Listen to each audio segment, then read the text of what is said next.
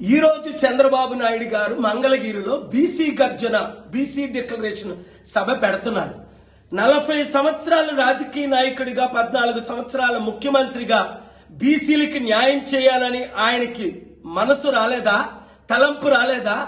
ఎర్రం నాయుడు గారు లాంటి బీసీలను ముఖ్యమంత్రి చేయాలని ఈ చంద్రబాబు నాయుడిని నమ్మిన వాళ్ళు అందరూ పవన్ కళ్యాణ్తో సహా సర్వనాశనం అవుతారు. చిత్తశుద్ధి ఉంటే బీసీని ముఖ్యమంత్రిగా ప్రకటించు. ఏం మనం 60% ఉన్నాం, అర్హులం కాదా? బీసీలో 3% ఉన్నోళ్ళే అర్హులా? అందుకనే గద్దరాన్ని వీళ్ళందరికీ గుడ్ బై చెప్పి ప్రజాశాంతి పార్టీలో చేరారు.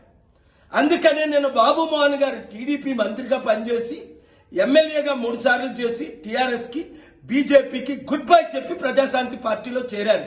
చిత్తశుద్ధి ఉన్న ప్రతి ఒక్కరు బీసీలందరూ ఎస్సీ ఎస్టీ క్రిస్టియన్ ముస్లిం ఏకము కండి ప్రజాశాంతి పార్టీని గెలిపించండి.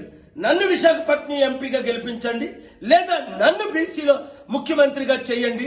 అభివృద్ధి అంటే చేసి చూపిస్తా, అప్పులు తీర్చుతా.